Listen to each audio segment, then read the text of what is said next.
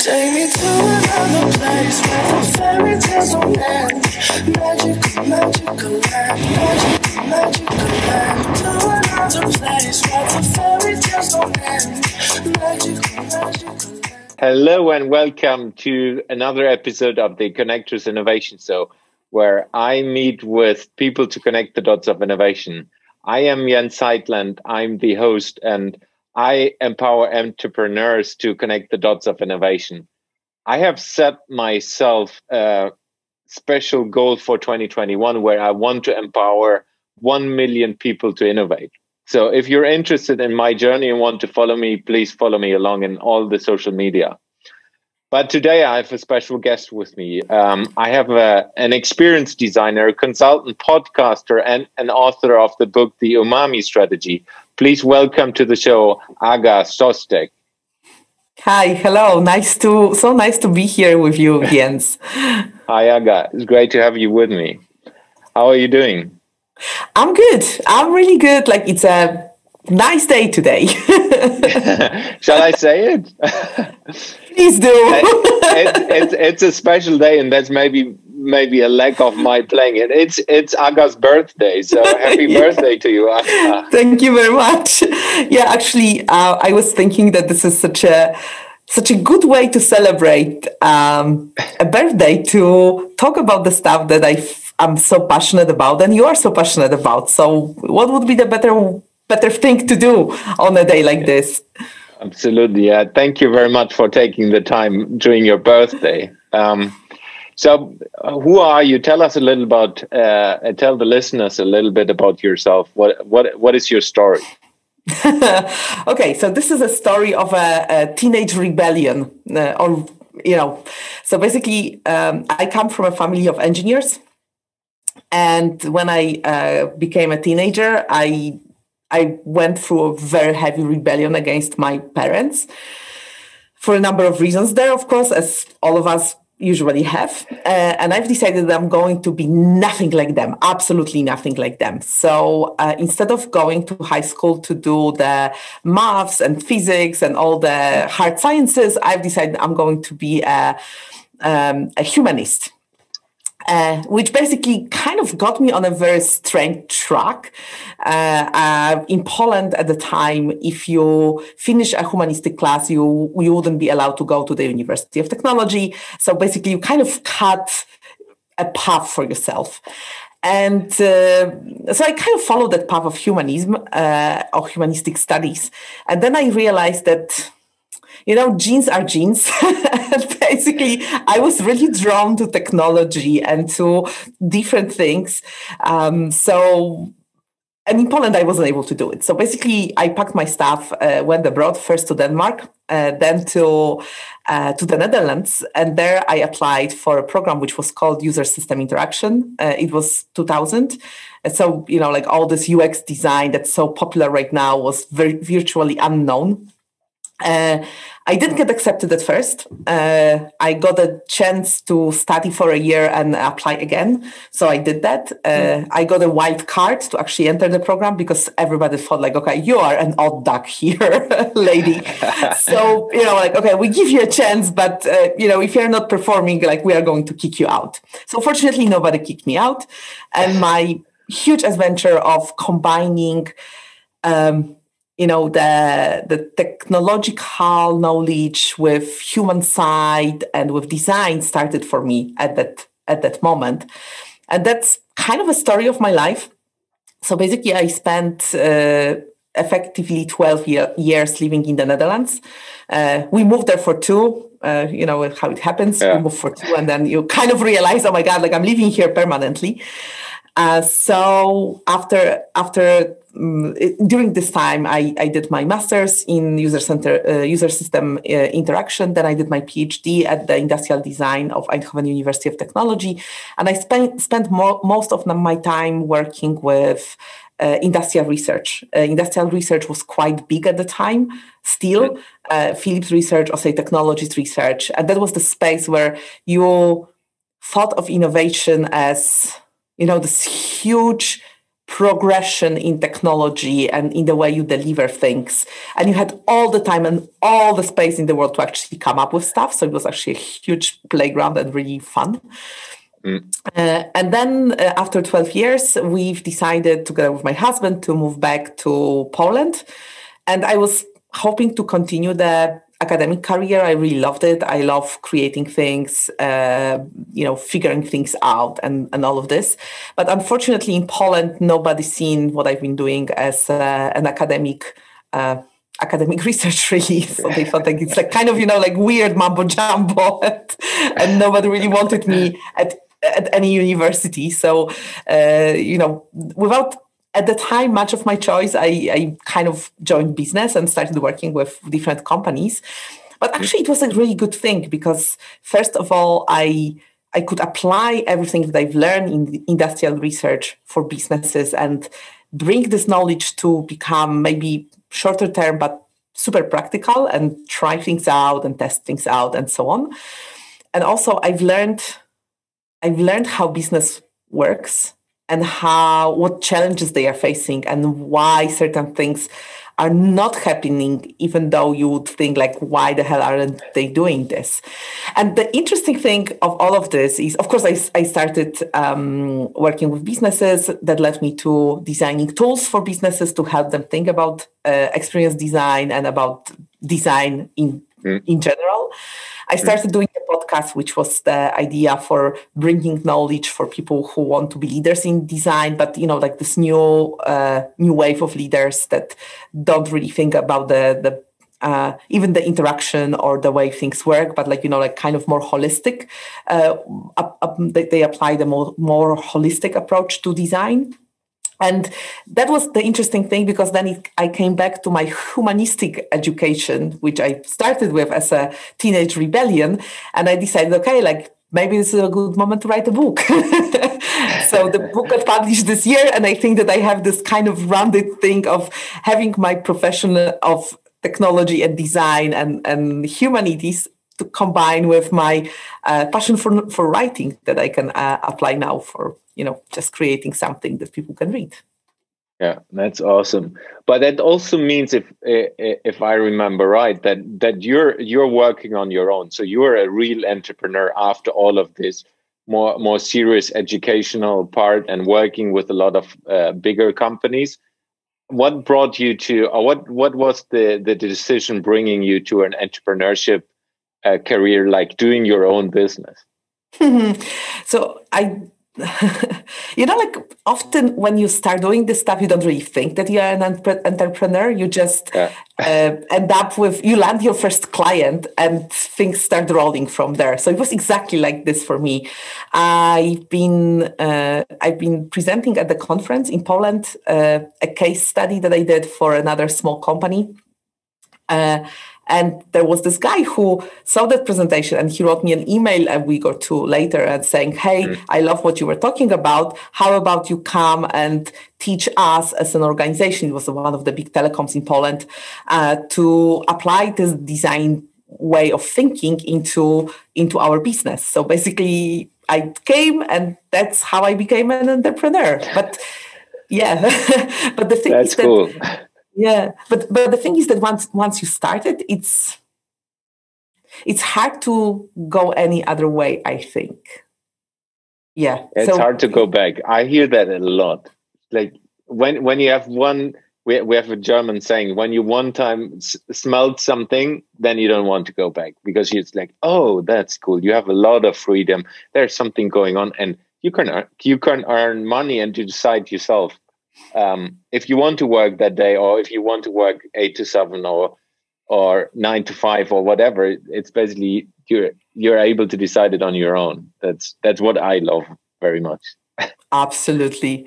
And also it gives you the freedom of choice. So basically you can decide, these are the things I want to do, these are the things I don't want to do. So in a way, for me, I can see how much I developed and evolved over the years, and the things that I've been doing at the beginning of my entrepreneurial life, I'm not doing anymore. I'm doing very different stuff. But I don't think that maybe I'm underestimating myself, but I kind of think that like I wouldn't have that steep progression in my way of thinking and the things that I'm doing if I were working at the company, really. Yeah, I agree. The speed of learning is accelerated when you are an entrepreneur, definitely. And what I also like is, like when I'm coaching, I have a session which is going into like working with your dream customers, and that's for me. It's also not just that you can decide for yourself what you're doing; it's also whom you are doing with. If you're in a big corporation, then it's like you can't really decide who you work with. But when you're an entrepreneur, it's like, yeah, I decide who I say yes to. Yes. Yeah. How And is that for you? Yeah, actually, I think that you have to decide who do you want to work with, Yeah, because otherwise, you just spread yourself thin, and you kind of lose the edge. So for me, I've got, and again, that was an evolution. So I started, again, a little bit of context is maybe necessary here. So I came from the Netherlands, which is the forefront of design, to Poland, which is rather conservative. So basically, like I was one of the very few people in the country who knew what I knew. So in a way, it's very easy to kind of get momentum going, because people, when they hear you and they notice that this is something interesting, they really want to work with you. So it started for me quite intensely, and I actually overworked myself for a better part of the first few years, simply because I think it was just ego. Like telling me, hey, you are wanted. So basically you take everything. But then I realized that I was tired, I was uninspired, I wasn't really doing as good of a job as I knew I was able to do.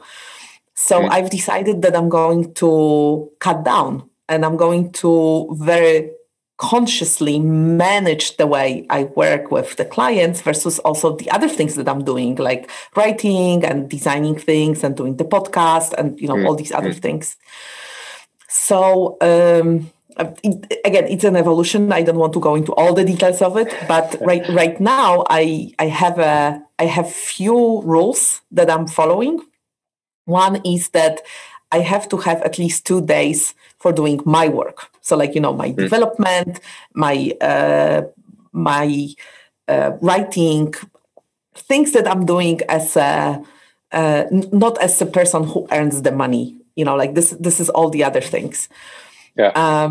And then 3 days I can spend with the clients, but now I'm starting to become very particular about who my clients are.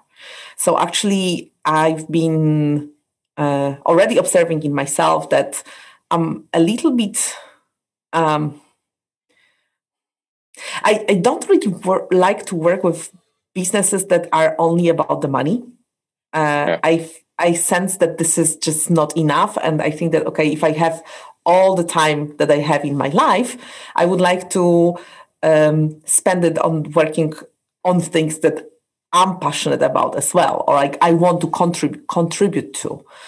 And so like, and again, like I am not here to judge whether there is a good way or a bad way. It's just something for me that I want to focus on. So I'm trying to be more careful about who my clients are, and also their attitude towards change. So like I've noticed, and probably you've noticed as well, that a lot of companies, they talk about change, but they don't really want to change. They are just kind of holding on to the old world like so tightly. And again, like there's so much, it costs me so much energy to actually get them moving and changing things. And maybe they're just not ready. So maybe I shouldn't do this. And that's how I approach it. Yeah, I 100% agree. I've had a discussion yesterday with a CEO of a large business, and he was saying, yeah, I can introduce you to like the big guys and the big corporations. And I was saying, it's like, yeah, it's nice. It might be a good promotional act for me, but in the end, like the stuff I'm doing, I want to help entrepreneurs, and the CEOs in the top 100 companies in a large country, they're most probably not real entrepreneurs anymore. They're kind of in a system where they're stuck. They can't really decide from one day to the other, hey, I'm switching off that business, I'm doing this, and I'm doing it in a completely different way. That's not really working. That's why I said, yeah, it's nice, but it's not my dream customer. And then he was completely confused. Like, how can you say no to this opportunity? Yeah, actually, again, like I say, we have to say no to these opportunities, because otherwise, like you the change that we are bringing is not powerful enough, really, right? Absolutely. Yeah. And it's especially, and that's at least similar to what you said. I have also decided, for me, it's not about the money. For me, it's about the bigger picture and how I can make impact. And I can make way more impact if I'm working with people I like very much, and they're able to accelerate and able to change what they want to change. If they're stuck in a system where they need to talk to 5 different board levels to be able to do something, then it's not going to happen most of the time, at least. Yeah, that's true. Like you tackled another subject that's like really important. I don't really think that I had clients that I disliked over the course of the years, but I definitely had clients that I was thinking like, okay, like we are so far off that I'm not sure that I can really help in any meaningful way. And this is something that I'm also trying to be very mindful about, like trying to look, okay, is there an emotional plane where we can connect? And from this, we can deal with a lot of things. If we don't have that, it will probably be, it won't be as effective either for them or for me, really. Absolutely. Yeah. This personal interaction where it's like you kind of synchronize between each other is so important, especially when you do business like we do, which is like very, very personal. And if you sell products like physical things, that might be different, but if it's like really a service product, it's 100% agree. So always when I talk with entrepreneurs, I'm always asking, because from the outside it looks always perfect and really nice and everything is super good because that's the stage. But I would like to ask you one of the biggest mistakes you did in your career when it comes to entrepreneurship, or at least one you are willing to share. All right. No, so actually, a colleague of mine, he has a company that does they test the genes and they look for your genetic illnesses, but also the different qualities that you have. They do actually quite an extensive analysis. So they asked me to, this is not a mistake, by the way.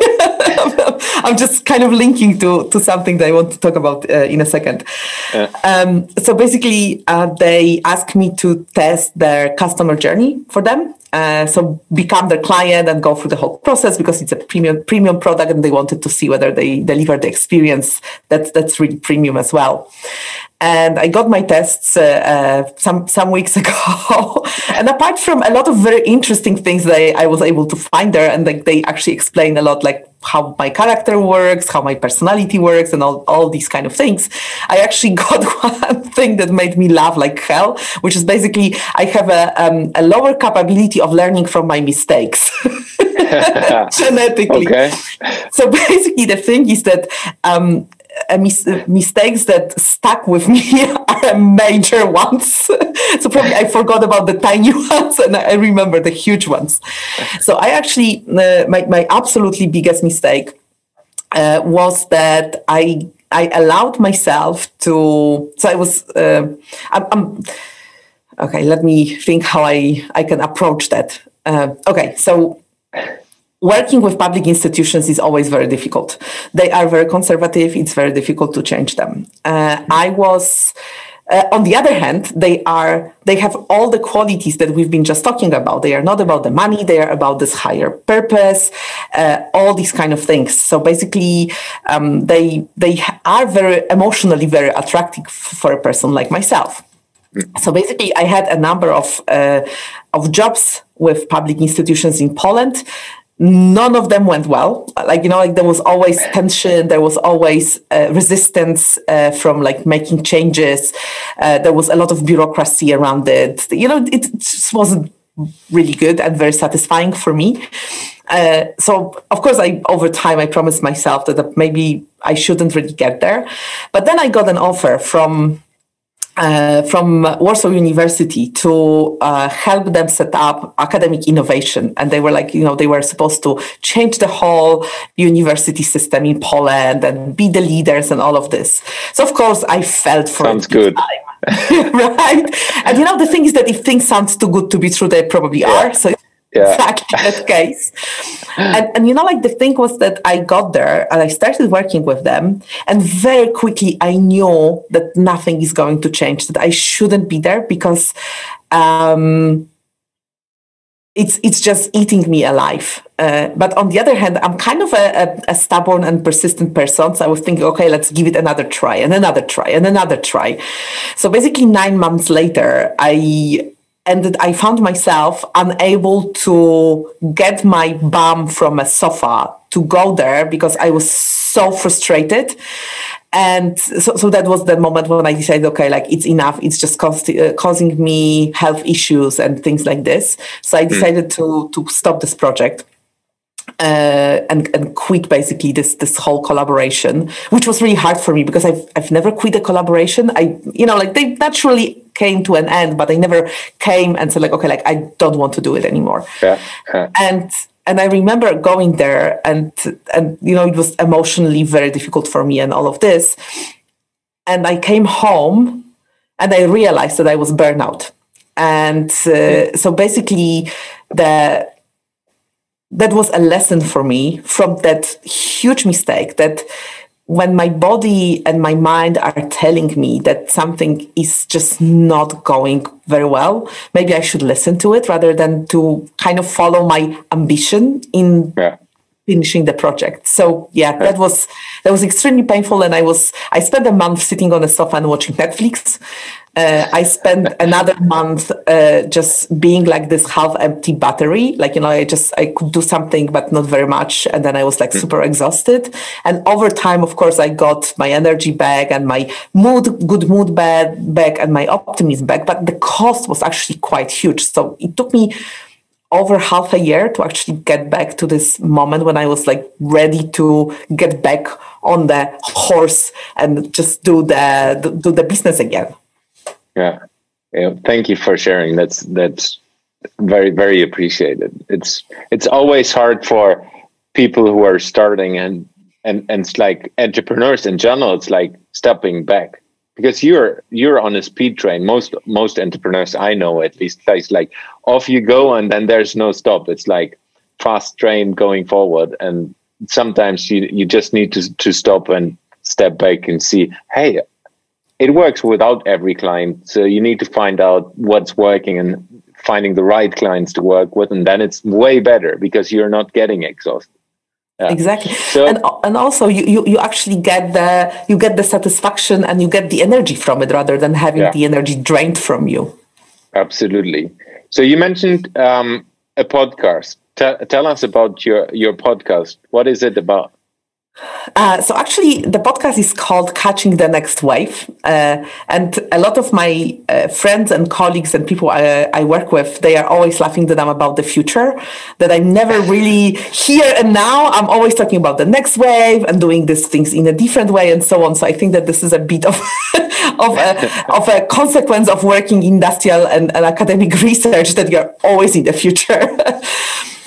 So hence the name. The podcast it's actually aimed to have interesting discussions with amazing people like yourself. You were our guests 2 seasons ago, and it was a fantastic conversation. Thank you. And the whole thing is created in a form of a numerous series. So like we are preparing season 8 right now. Each season has a theme, which is like a kind of a bonding leitmotif that goes through this. We have, I run it together with my husband. So we have an intro conversation when we discuss the topic. Then we have 8 interviews, and then we have an outro where we are kind of realizing how little we knew when we started working on the topic. And the topics range. So we had crossing borders, we've got common sense, we've got empowerment. So there are different things that are maybe not necessarily directly connected with each other, but they actually tell a lot about how people work, how people think, how your clients think, how your employees think, what leadership is about, and all these kind of things, or how artists work and what we can learn from them. This coming season will be on intuition, which is a very interesting thing. I've been thinking that, in this time of pandemic, intuition is really important, and we are not really educated to listen to our intuition. So I really want to unpack it. Oh, that's cool. I'm looking forward to that.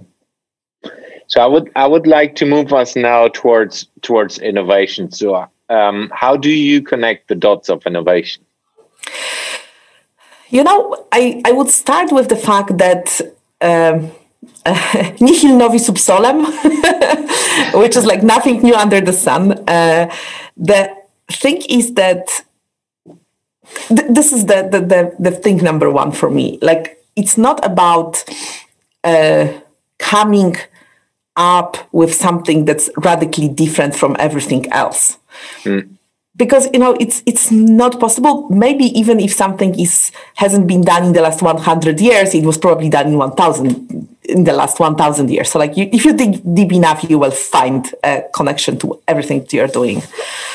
So this is one thing. The other thing for me is that I love to challenge the status quo and look for where resistance lies. So basically, if I can see that something is you hold on to something so strongly, this is probably the core of the thing that should change and you should innovate on.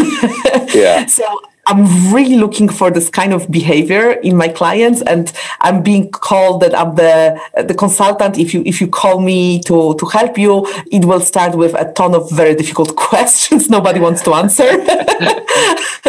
So and then for me the whole thing is looking for the patterns of behavior in people that help you find new ways of doing things. And what especially is important for me is that I'm not looking at how people act today. Again, this is the future thing, but how people would love to see themselves. So how can we create solutions that make the people who use them the better version of themselves? And I believe that once you get there and you find things, you will innovate and you will be desired. That's awesome. That's really cool. So from an innovation perspective, what are the things you see your clients and other people around you struggling most with? I think that the biggest thing is that innovation equals risk, equals uncertainty, and equals that you have to invest. So without the return on investment happening the next day. So this is very much the business challenges that they are facing. And as I see this is that when you, and actually this is the business education that a lot of people have out there, is that you're supposed to satisfy the early majority and late majority. So you satisfied 80% of your market. And if you deliver things for them, these guys are going to be happy. They're going to pay you the money. And therefore you are growing. The problem is that these people are not going to spark innovation. They are going to make you very profitable, but they are not going to make you innovative. And exactly. And the thing is that you need to focus on the early majority, on the innovators and early adopters, so those extreme users and their views, and seek there the things that you want to bring to your products or solutions or services that you are delivering. And the thing is that when you look at what these people do, and you look at the early majority or late majority, you say, okay, like there's a disconnect there. Like, how am I supposed to marry this? And then very often the drive for profitability today wins over, and basically all these ideas go away. There's another thing that is really important, and this is the fact that innovation needs time to mature. I remember I spent some time at Microsoft Research, and I was talking to one of the research directors there, Mary Czerwiński, and she was telling me the story about Kinect. So basically, Kinect was launched on the market. It's 2008 or 2009. I don't remember anymore. But when was it created by the researchers? Actually, it was created in 1999. So 10 years earlier. And basically it just, it was prototype, it was put in a cabinet, locked and collecting dust for 10 years. And actually the interesting thing was that the developers who were looking for a solution to respond to Nintendo Wii that appeared on the market slightly earlier, they actually read a scientific article about Kinect, and they only then realized that people at the same company actually did this thing, and then they can actually use it. Crazy, right?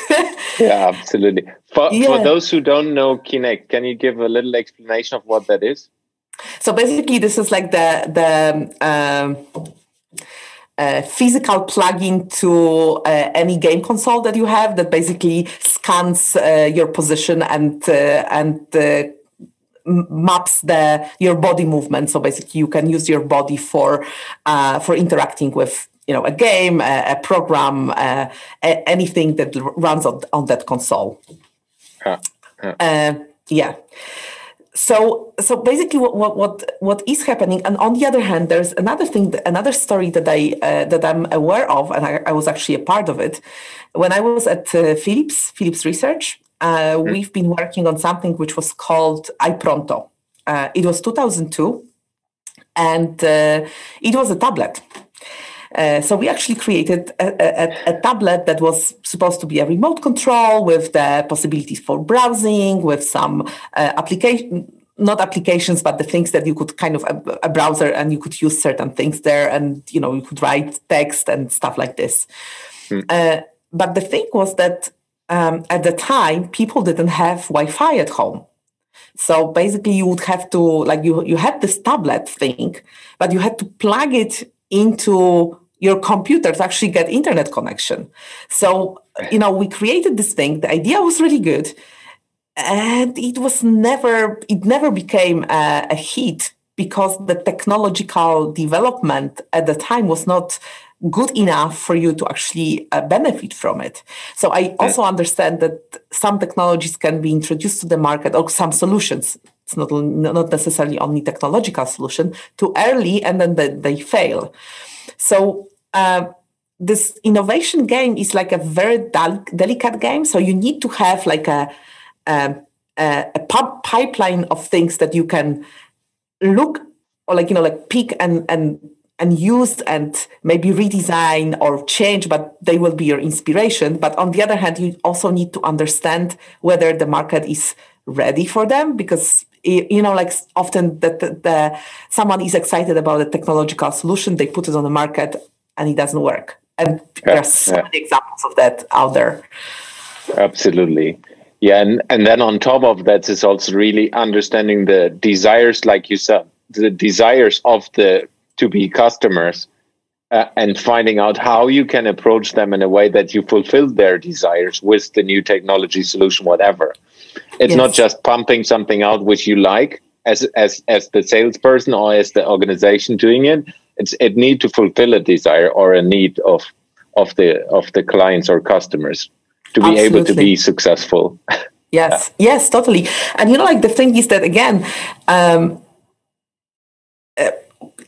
like a lot of people in the companies, they get so fascinated by a technological solution that they stop they stop realizing that maybe it's fascinating for them, but not necessarily fascinating for anybody else out there in the market. But there's also another thing that's like such a typical thing happening is that when you work at a company, be it a bank, IKEA, a telecom provider, any kind of business that is out there, because you spend the whole day thinking about that business, you sort of think that your clients, your customers think about it too. And that's not true. Like, I don't think about most of these things at all. So why should I, why do you want my attention all the time simply because you think that, it kind of consumes your time?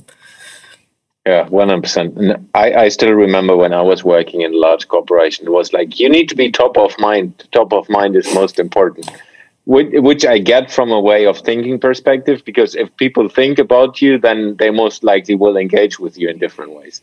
But it's just not there every day. Yeah. So it's a different kind of top of mind, I would say. It's like an emotional top of mind, and not the fact that you are like flashing with information about you all the time. It's not the cold sale top of mind part. Exactly. So I introduced you as an author for a book, and the book is called The Umami Strategy. How the hell did you decide that name? So please tell us the story, how you get to that name, before you tell us more, of course, of the book. Yeah, so actually, I love cooking. and the one thing is I'm vegetarian, so like I don't use meat for the last 10 years. And so I was doing some courses on cooking and like really trying to get to the next level. And at some point I was trying to understand how our, apparatus of tasting works. So then obviously we have taste buds on our tongue, and they give us the flavors, and the buds for example, the bitter taste, they are at the back of our tongue, which is really interesting, because the idea was that if you ate a berry that was poisonous or just unhealthy for you, typically it would have a bitter aftertaste. So basically that was the last moment to spit it out before you swallowed it, and that's why the bitter buds are back there, closer to our throat, basically. But then basically, so you typically think that we have like four. There are more collections, but there are like four major tastes, which is the sweet, sour, bitter, and salty. But then, and it was kind of known for centuries. But in the 50s of the last century, a Japanese professor discovered that there's actually a fifth taste, which recognizes the taste of deliciousness, and it's not on the sides of our tongue, but in the middle of our tongue, and it's called umami. And the whole idea is that umami is not something different from bitter, sweet, sour, and salty, but it kind of elevates it to the next level. So when you have the umami flavor, things taste better. And there are certain foods that are full of umami, like for example tomatoes or mushrooms or Parmigiano cheese and avocado and more of them. But basically the idea is that they kind of elevate everything that you eat, and you are just happier to eat it. So when I was thinking about experience as a strategic advantage for companies, I was thinking that it's not like a different department or a different process. This is a mindset. This is a way of thinking. This is a way of acting. This is a philosophy of a company doing things together. And I got this association with food. So there you go. That's why it's called the Umami Strategy. maybe completely irrelevant and stupid question. So did you came up with the book content first and then found the name, or did you have first the name and then the book? No, I first had the idea for the book and the content, and then I came up with a name. But actually, I didn't come up with many names. I came up with that name very, very quickly, and I was just reshaping the title and subtitle around the word umami. Yeah, cool. So tell us what is the book about? So actually, the book was written because I've seen a lot of my clients struggling with understanding how they could include this thinking about experiences into their business strategy. And the thing is that the traditional way of thinking about company strategy is to think about the finances, about the technologies, about efficiency, all these kind of things that are numeric, like they are very quantitative. And then when you come with something like experience, they go like, okay, like, but how does it fit together? Like, how are we supposed to, match this thing of, our EBITDA with whatever you are talking about? Yeah. So basically what happened, and it was like back in 2003, I think already, the Net Promoter Score was created, which was this first measure of customer experience. But the problem with that measure, which kind of fit the, EBITDA and, whatever other measures like ARPU you have there, because it was a number. But the problem is that when you have one number that's so generic, you don't really know what it measures. So I think that it did a lot of good in a sense that it triggered a lot of organizations to understand that experience was really important. But that was it. They didn't really know how to progress from there. And I've seen it because I've been working with clients, and they were like excited, and we were doing projects and we were doing programs on experience. And then when we are getting to this level of strategy, they were all saying like, we don't really know how to put it there, so better maybe not put it there, it's really important, but let's not include it as part of our strategy, really. Let's keep NPS there. And of course, if you don't have it as your strategic advantage, it's very difficult to, it's easy to cut it off and say, okay, this is now we are supposed to earn more money, so therefore experience is not as important as earning money. Yeah. And me being a designer, I was kind of thinking, hey guys, it's your job to figure it out, not mine. I'm delivering you this amazing content. You just go figure out how you are going to include it in your strategy. But then I was thinking, maybe it's not. Maybe the fact that I have this combination of backgrounds, that I understand business and I understand design and I understand the struggle that's happening there, gives me a pretty unique position of trying things out and then coming up with a new way to approach it. So to be perfectly honest, I have a confession to make here. I've been experimenting on my clients a lot. That's how it works. Yeah, right. That's what you should do as an entrepreneur. It's prototyping every day. Yeah.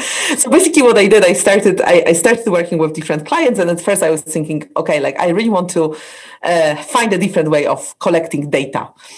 So we create a baseline, and we understand how people are perceiving different brands and whether there's a direct link between the money and the stories that people say. And then from this, I realized I created I used or created the different ways of collecting this data, which was quantitative, qualitative. So you get the numbers, but you also get the content. And then suddenly, you have a very different conversation about a lot of things. And then I realized that when people in companies talk about experience, they talk about experience as if it was something specific, but they don't see the specific. So if we're having this conversation, there is an experience here, obviously, but, neither of us doesn't really know unless you say, okay, these are the things that I want to get here, like you are doing. I want to talk about this. I want to have this content. I am focusing this experience on something. So basically, I realized that these experiences, they need focus. So you cannot be good at everything. You need to find things that you want to differentiate by. And you need to just excel on these things and just keep the rest on par with the market. So you cannot drop the quality of your service or product, of course, but you can add things that make you be remembered by people. And then I've been working a lot. Like I said, my background is in humanities combined with technology. So I've been looking a lot into how we create memories, how we remember things, and what makes us create an emotional attachment. So I realized that one of the most powerful ways of creating an emotional attachment between a brand, a product, and people is that if this brand and product is about something bigger than just the product itself and earning money. Hence the discussion that we had at the beginning of this conversation about purposeful companies.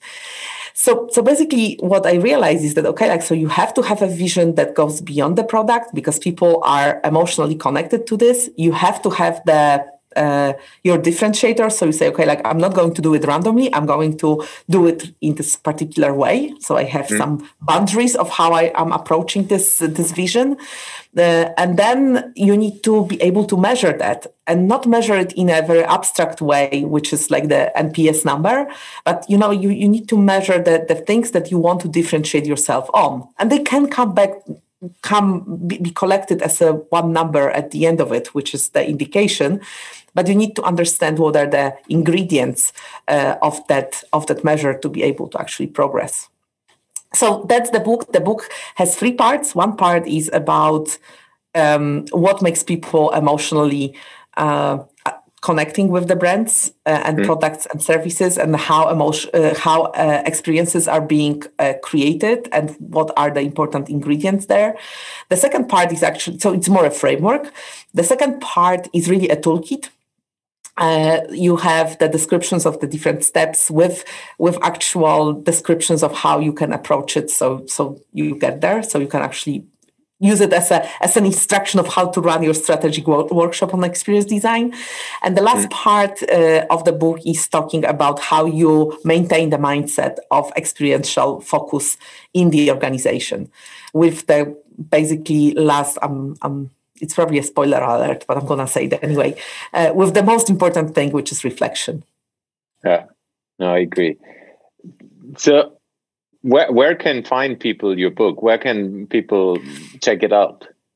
So actually, the book has already been published. So the book was published in September, and it's available on the publisher website, which is bispublisher.com, bispublisher.com.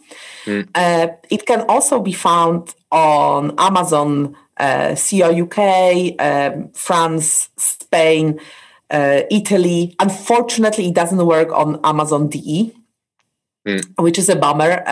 Amazon DE is connected to Amazon.com very strongly, and the American premiere will take place on March 15th next year. So basically there's the discrepancy in dates. But actually the easiest way is to buy it from the publisher website. It's also available on Book Repository, which I highly recommend. They have an awesome collection of books, or on Amazon in Europe. Right, cool.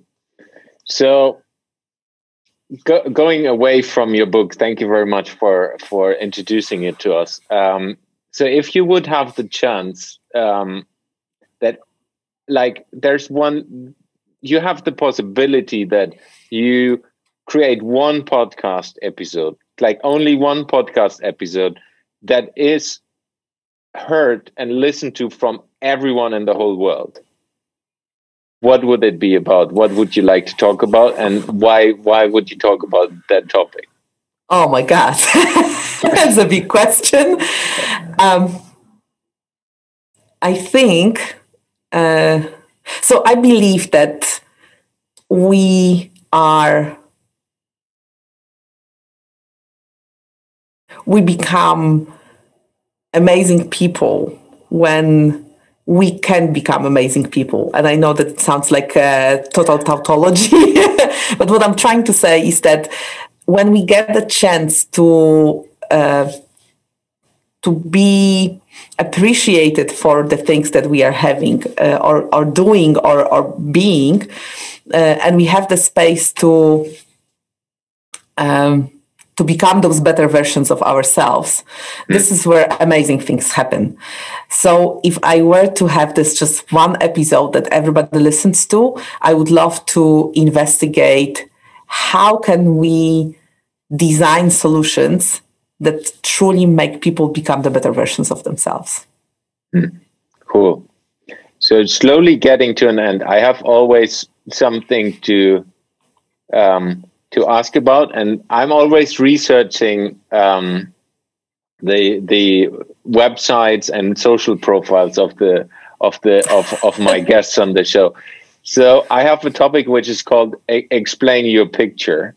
So I found a picture of you on your Facebook site where you're kind of in a painting class. It's like you're sitting on a chair with, if I see right, with a sport watch on your right side, which is cool, by the way.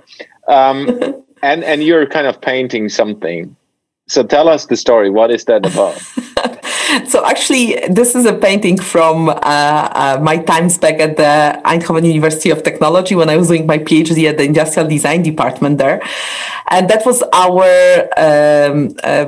outje event. So like we would go for a social event with our professors and our colleagues to do something together and just get to know each other better. So the idea of this painting, and the painting was really terrible. Oh my God, it was really bad. It looks good. For those who can't see it, it's like a kind of rainbow something, and in the middle is a red person. It's like a circle-ish rainbow. Yeah, exactly. So basically the idea was that we were sitting there around the table, and everybody would start a painting, and basically the painting would move from one person to another, and the other person would add something to it.